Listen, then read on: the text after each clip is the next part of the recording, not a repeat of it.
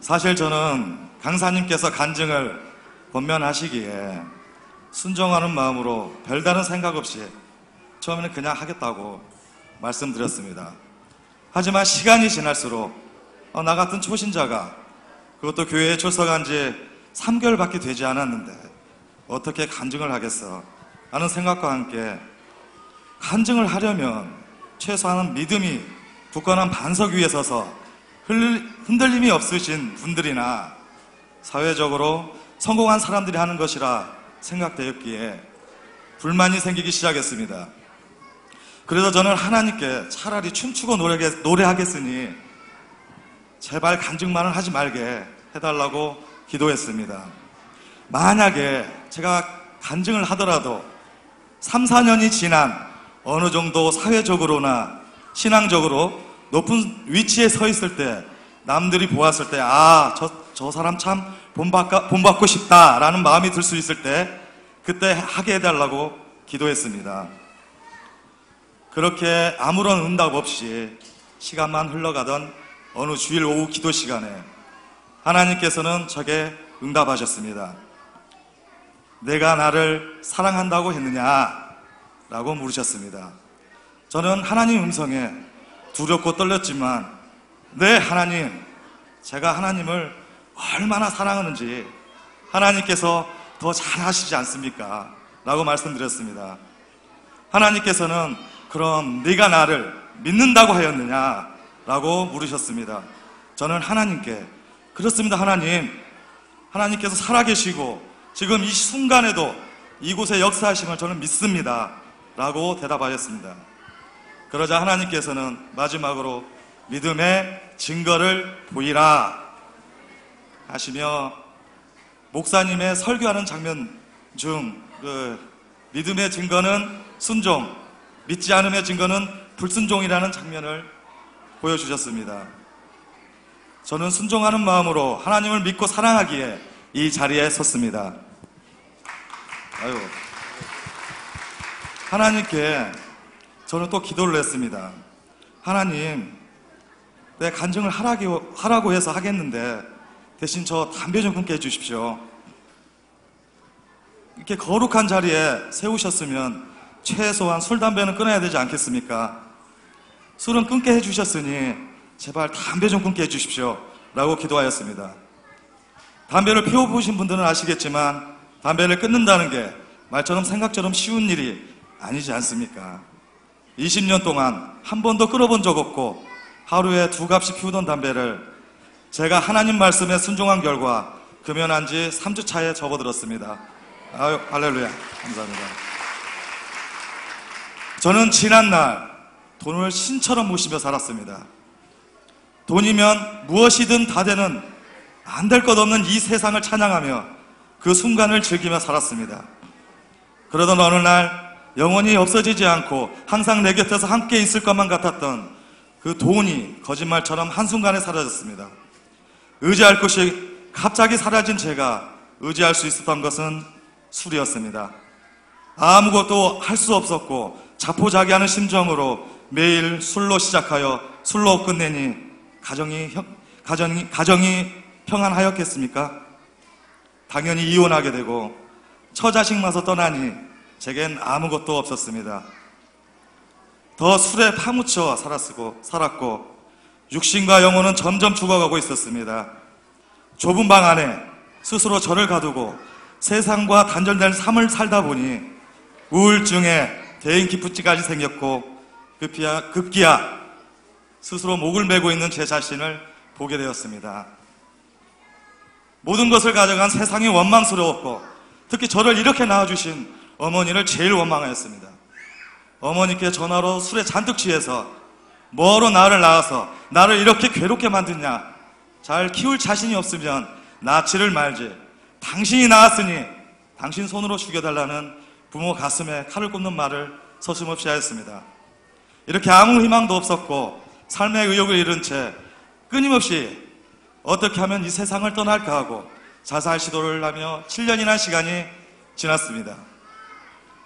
이런 저를 보다 못한 동생이 같이 살아보지 않겠냐며 나를 새롭게 바꿀 수 있고 삶의 희망을 보여주겠다며 절 설득하기에 반신반의하는 마음으로 동탄 순복음교회에 첫 발을 디딛게 되었습니다. 그렇게 제자교육을 시작하고 1:1 양육자이신 이상만 안주집사님의 은혜의 말씀과 고성화 강사님의 인도로, 또한 지금은 제 삶의 간증이 되어버린 심천민 성도로 인해 저는 조금씩 깨닫기 시작했습니다. 나를 망하기도 하시고 살리기도 하시며 모든 것을 주관하시는 분은 하나님이시구나 라는 것을 깨닫게 되었습니다. 그때부터 저는 하나님께 기도하였습니다. 하나님, 솔직히 하나님께서 살아계신지 어쩐지 아직은 잘 모르겠습니다. 그러나 무조건 믿겠습니다. 아멘으로 달려가겠습니다. 하나님, 저 좀 살려주십시오. 제발 저 좀 살려주십시오 하고 죽으면 죽으려는 심정으로 하나님께 엎드렸습니다. 내가 붙잡을 수 있는 분은 오직 한 분, 하나님이셨습니다. 금요철야 때 기도 중 그토록 원하던 성령 세례를 뜨겁게 받게 되었고, 하나님께서 제가 살아계심을 내 삶 속에서 또 역사하고 계심을 몸소 체험하게 되었습니다. 그러나 한편으로는 엄청 기쁘고 방방 뛰며 집으로 돌아갈 줄 알았는데, 성령 세례를 받으면 하루아침에 180도 모든 것이 제 삶이 바뀔 줄 알았는데 사실 그렇지는 않았습니다.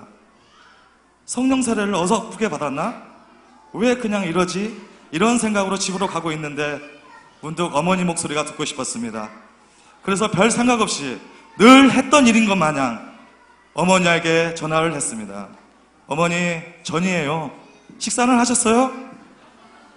아들이 우리 어머니 많이 좋아하는 거 아시죠? 어머니 감사하고 사랑합니다. 엄마가 저의 어머니이신 걸 너무나 기쁘고 자랑스럽습니다 라고 말씀드렸습니다. 그러자 전화기 저편에서 어머님의 흐느껴짐이 느껴졌습니다.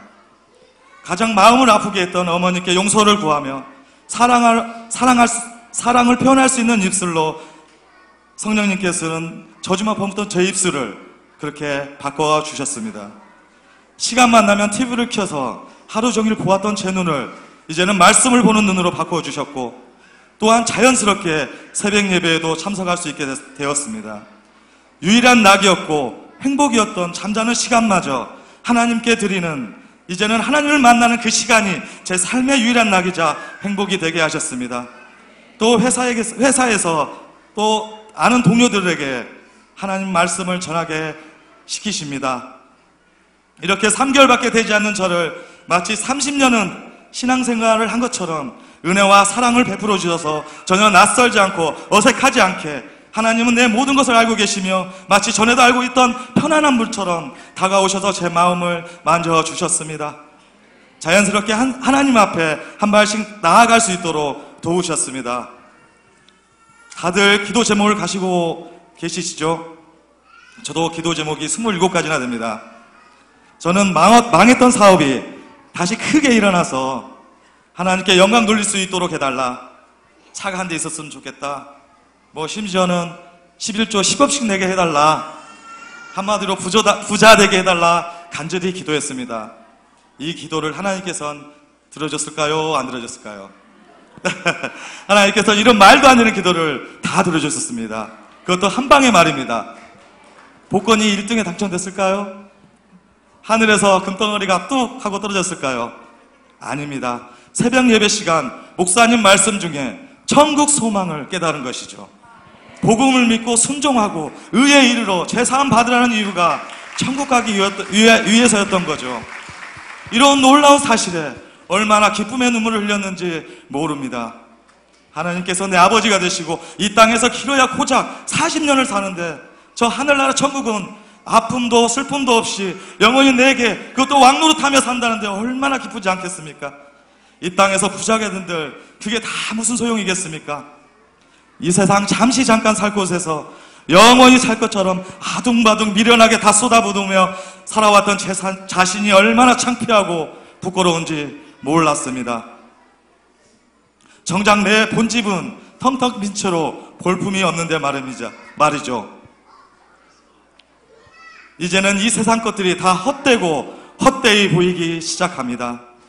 예전에 제자교육 시간에 강사님께서 저에게 질문을 하신 적이 있는데, 하나님께서 소원 한 가지를 말해보라 하시면 무슨 소원을 빌겠냐고 하셨습니다. 그때는 돈이라고 아주 자랑스럽게 말씀드렸지만 그 이유는 교회의 물질의 축복이 차고 넘치게 하기 위해서 내가 부자가 되어서 섬겨야겠다는 생각을 했었는데, 사실 말로는 교회를 섬기는 목적으로 부자가 되게 해달라고 한 것이지만 그 안에는 제 욕심이 아직 많이 남아있던 것이었습니다. 그러나 이것을 깨닫고 나니 부자를 차라리 전도하면 되지 않겠냐는 지혜를 하나님께서 주셨습니다. 어느 날 의사가 필요하다 해서 제가 의사가 될 수 없지 않습니까? 차라리 의사를 전도하면 되는 것이 아닐까 하는 지혜를 하나님께서 주셨습니다. 하늘나라에 상급이 쌓이고 영혼 구원도 되고 일석이조가 되시는 지혜를 하나님께서 주셨습니다. 만약 간사님께서 지금 다시 물어보신다면 전 천국행 티켓 놓지 않고 확실히 가져가게 해주십시오. 천국행 티켓을 가져가기를 원합니다 라고 말씀드리고 싶습니다. 그 천국행 티켓은 바로 지상명령입니다. 이 악한 시대에 오로지 지상명령만이 살 길이요 천국으로 가는 길임을 우리는 믿습니다. 이 지상명령 안에 온전히 속하여 하늘나라에서 정말 기쁜 마음으로 하나님께 영광 돌리며 살고 싶습니다. 끝으로 어제나 오늘이나 동일하게 저를 사랑하시고 지켜보시는 하나님께, 또 끊임없이 저처럼 미련하고 아둔한 자에게 반복적으로 말씀해 주시는 우리 목사님께 진심으로 사랑한다고 감사드린다고 말씀드리고 싶습니다. 감사합니다.